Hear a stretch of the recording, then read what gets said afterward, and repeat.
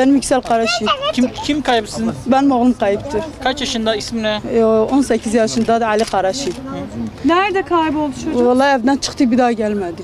Sinan haber 27 gündür yok. 27 gündür gitmiş, benimkini de getirsinler ne olsun. Nereye gitmiş peki? Hı? Götürmüş, onlar da götürmüşler, dağa götürmüşler herhalde. Aramadık, bir yer Öğrenci kalmadı, miydi? bulamadık. Yok, açık öğretim okuyordu. Peki bilginiz var mı kesin orada? Evet, vardır.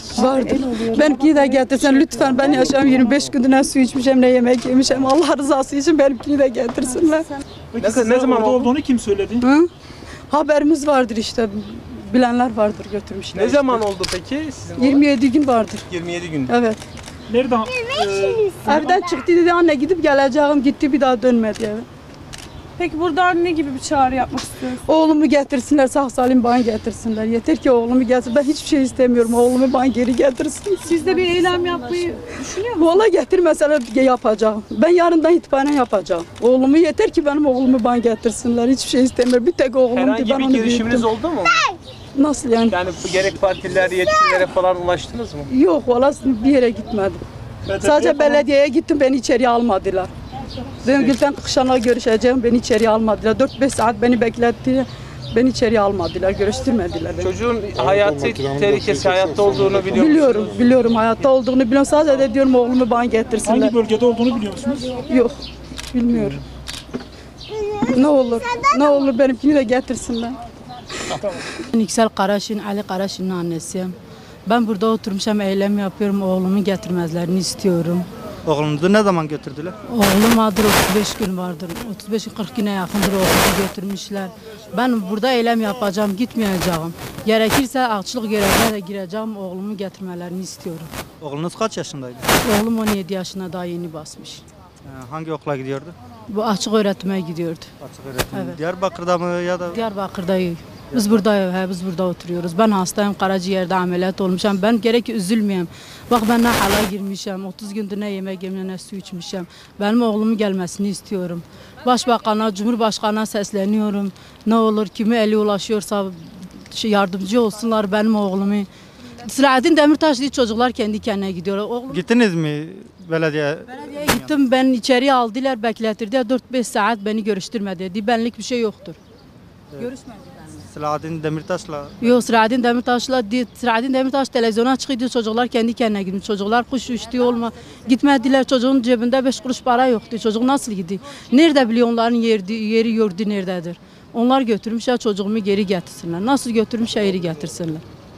Herhangi bir açıklama falan yaptılar mı? Ya da buraya gelip söylediler mi çocuklarınız da? Eylem yapacağım ya, çocuğumu getirin ya, siz yardımcı olun, çocuğumu getirin. Ben dedim gidip eylem yapacağım diye, git elinizde gel. Diye git yap. Diye ne yapıyorsan yap diye, ben bir şey yapamam. Belediyeden söylediler bunlar. Belediyede söylediler. Kışanak da benimle görüşmedi bile. Demedi ya, diyem Cumhurbaşkanı olsa, Başbakanı olsaydı diyecekti bu annenin derdi nedir? Dur bu annenin derdine, bunun sorununu çözer, gider bununla görüşecek. Benimle görüşmek istemedi. Benlik bir şey yoktur diye gitsin. 4-5 saat orada bekledim, benimle görüşmediler. Ne zaman gittiniz yanına? Gülten Kışanak'a? Gülten Kışanak bir 20 gün vardır. 20 gün önce. He. Çocuk kaç yaşında? 17 yaşına daha yeni basmış. Ne Peki. olur çocuğumu getirsinler Allah rızası için, peygamber hakkı için. Onların da çocuğu vardır. Hı. Çocuğumu getirsinler. Ben dayanamam. Çocuğum gelmese ben de ölürüm. Getirsinler. Niye bir anda diler barış vardır, bir anda çocukları götürüyorlar. Niye öyle yapıyorlar çocukları? Onların da çocuğu yok mu? Yürekleri yanmıyor. Benim çocuğumu bana getirsinler, versinler. Ben gitmeyeceğim. Ben burada eylem yapacağım. Açlık görevine de gireceğim. Nasıl Sinan'ı, niye diye bize edemiyor? Sinan'ı getirdiler. İnsanları araya koydular. Sinan'ı getir, kapının önüne koydular. Benim oğlumu da elle getirecekler. Getirsinler. Ne zamana kadar bu eylemi sürdürmeye? Getirene kadar ben sürdüreceğim. Gerek ki oğlum bir tane tektir, onu da götürdüler. Oğlumu getirsinler. Onlar getirsinler, oğlu çocuklarını bana versinler. Bir haftala ben saklayayım, dayanabilirler. Biz anayız, getirsinler çocuklarımızı. Bu çocuğumuzu istiyoruz. Çocuğumuzu getirsinler. Getirmeyene kadar biz burada gitmeyeceğiz. Gelsin bizle görüşsün, niye gelmiyor görüşmüyor? 2-3 gündür burada, gelsin desinler. Desin bunların derdi nedir? Gelmiyor, görüşmüyor bizle. Peki sivil toplum kuruluşlarından sizi ziyarete gelenler oldu mu? Yok. Yok, kimse bizle görmüyor. Herhangi bir STK ya da başka Yok. bir partiden kimse Yok, gelmedi. vallahi kimse gelmez. Seçim zamanlarından gelip kapı çalıyor da dediler. Günde 3-4 sefer geldi seçimin diye oylarınızı bize verin. Böyle kapıda gitmiyorlardılar.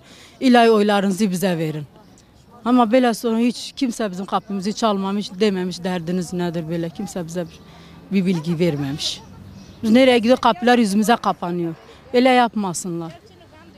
Onları başkan yaptık, şey yaptık dedik sorunlarımızı çözsünler, çözmüyorlar. Sorunlarımızı çözsünler.